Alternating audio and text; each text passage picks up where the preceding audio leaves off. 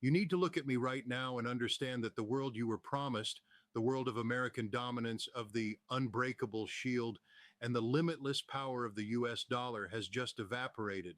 What I am about to disclose to you is something the mainstream media is terrified to even whisper.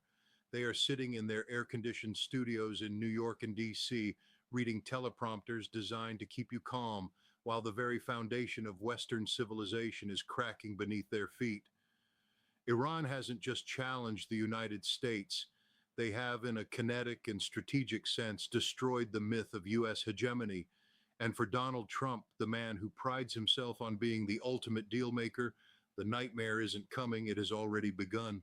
Stay with me for the next few minutes because what I'm about to reveal regarding the secret briefings currently circulating in the Pentagon, briefings that show our carrier groups are effectively sitting ducks, will change your entire perspective on why we are seeing a sudden frantic shift in our foreign policy. If you turn this off now, you are choosing to stay in the dark while the most significant geopolitical shift of the last 100 years unfolds in real time. This is the truth that the gatekeepers don't want you to have, because once you have it, you can't be controlled by their fear-mongering narratives anymore.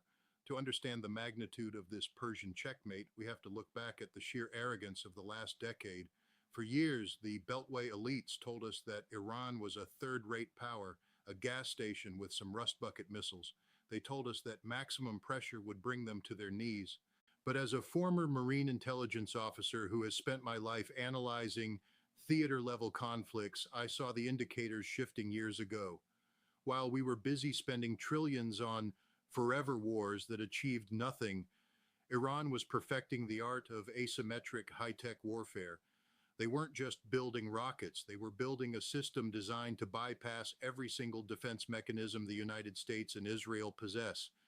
And 12 hours ago, that system was activated. While the media was talking about proportional responses, the reality on the ground was a systematic dismantling of U.S. strategic assets across the Middle East.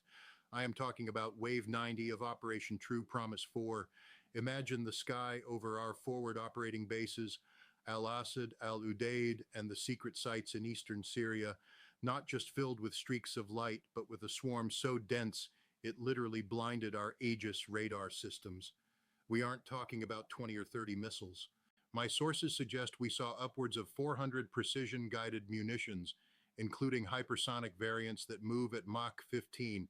At that speed, physics takes over. There is no interceptor on Earth, not the Patriot, not the THAAD, not the SM-6, that can stop a kinetic kill vehicle moving that fast. The sensory detail of this event is something you will never see on the evening news.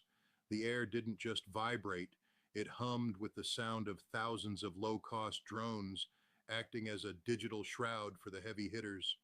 The sky turned a sickening shade of violet as our electronic warfare suites tried and failed to jam the incoming signals. And then came the silence. Not the silence of peace, but the silence of a total communication blackout. Every U.S. satellite link in the theater was momentarily severed. For 45 minutes, the most powerful military in history was deaf, dumb, and blind.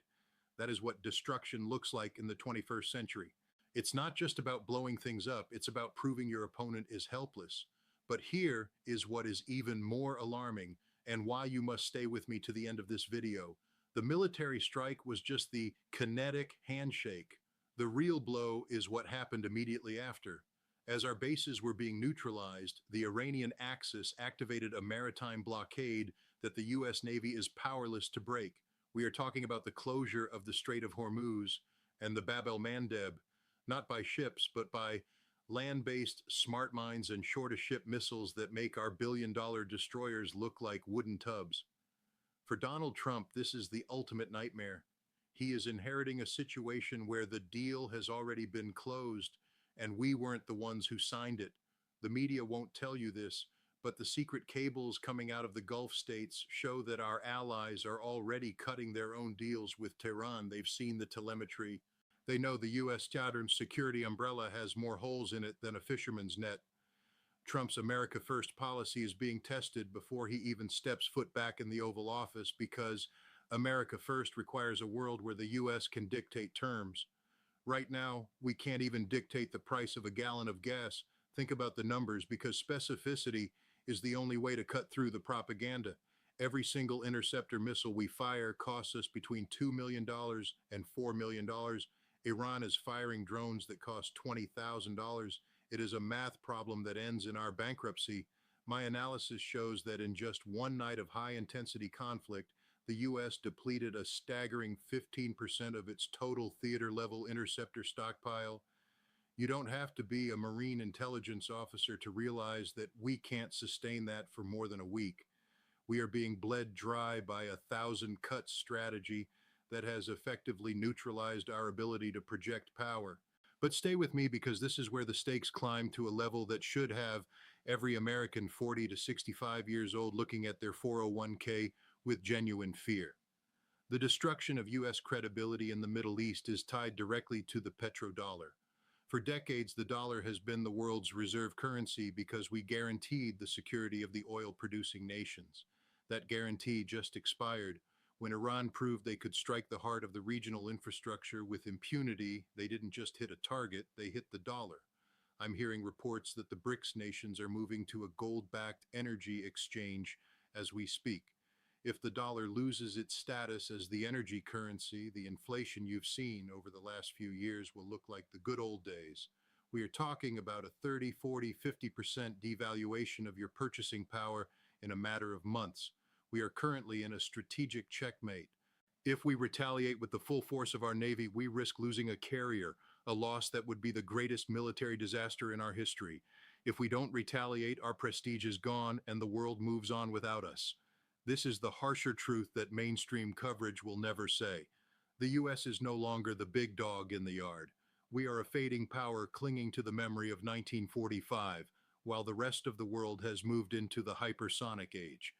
Keep watching because what I'm about to tell you next regarding the internal rat line in D.C. will make your blood boil. While our troops are in the line of fire, the very people who got us into this mess, the neocons and the liberal interventionists, are already looking for an exit strategy that protects their own pockets. I've spent years in military intelligence and I've seen this play out before. When the ship starts taking on water, the people on the bridge are the first ones to the lifeboats. We are seeing a massive sell-off of defense stocks by the very people who have insider knowledge of the Pentagon's failure. They know the Patriot system is a lemon. They know the F-35 can't survive in a contested airspace. And they are cashing out while you are being told to stand with our allies. The emotional variability of this situation is staggering. I feel a deep sense of patriotic pride in the men and women wearing the uniform, but I feel an even deeper sense of grief and anger that they have been left hung out to dry by a leadership class that is more interested in diversity quotas than in lethality.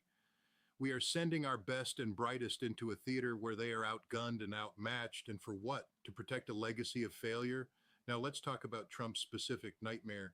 He wants to make America great again, but how do you do that when the industrial base is hollowed out? How do you do that when it takes us 2 years to build one ship while our adversaries are churning out hundreds of anti-ship missiles a month? Trump is looking at a map of the world where the red lines have been erased. The night of the shattered eagle proved that our enemies no longer fear our red lines. They laugh at them.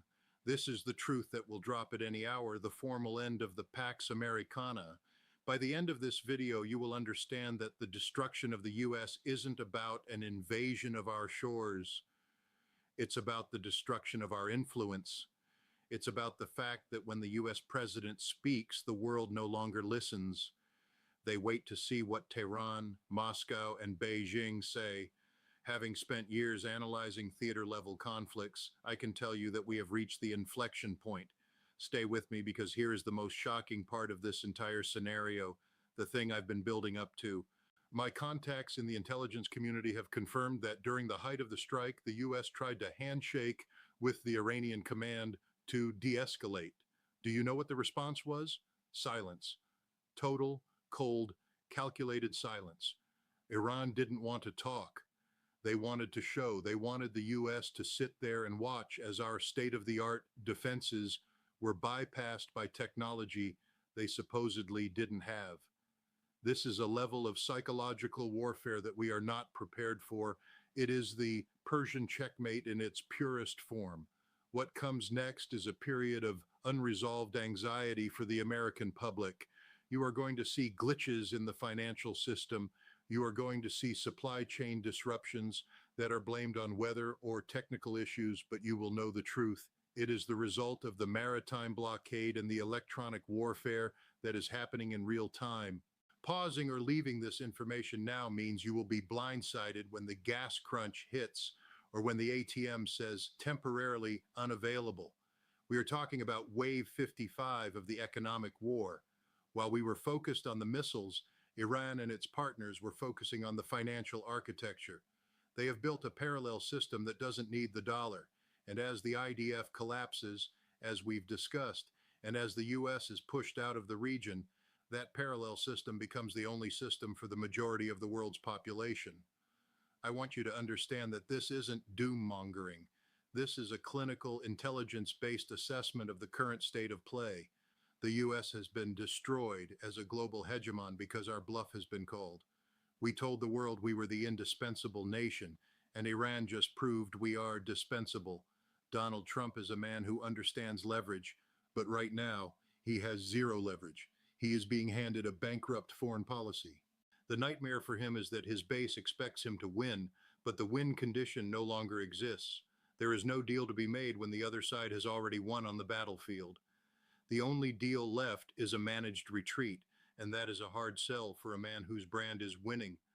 The most alarming claim, the one teased in the beginning, is this: the US nuclear umbrella is being questioned. For the first time, our adversaries are calculating that the US would rather lose the Middle East than risk a nuclear exchange. This means the deterrent is gone. And once the deterrent is gone, the wolves come out. We are seeing it in Eastern Europe, we are seeing it in the South China Sea, and we are seeing it in the Persian Gulf. This is how you break a superpower. You don't hit them once. You make them live in a state of constant unresolved tension until they just give up. I learned that the most dangerous thing you can do is believe your own propaganda. The US has been believing its own propaganda for 30 years, and now the bill has come due. Exact numbers like the 80 missile waves or the 50,000 per intercept aren't just flavor text. They are the hard reality of modern war. War is a business, and right now the US is a business with negative equity. We are spending more to stay in the game than the game is worth. And Iran? They are playing house money. By the end of this, you should feel a sense of urgency. Not panic, but urgency. You need to diversify your assets. You need to prepare for a world where the US is just one of many powers. And you need to stay tuned to this channel, because as the wave 80 strikes become a weekly occurrence, and as the state generals continue to flee the reality of their own failure, I will be the one here to walk you through the wreckage.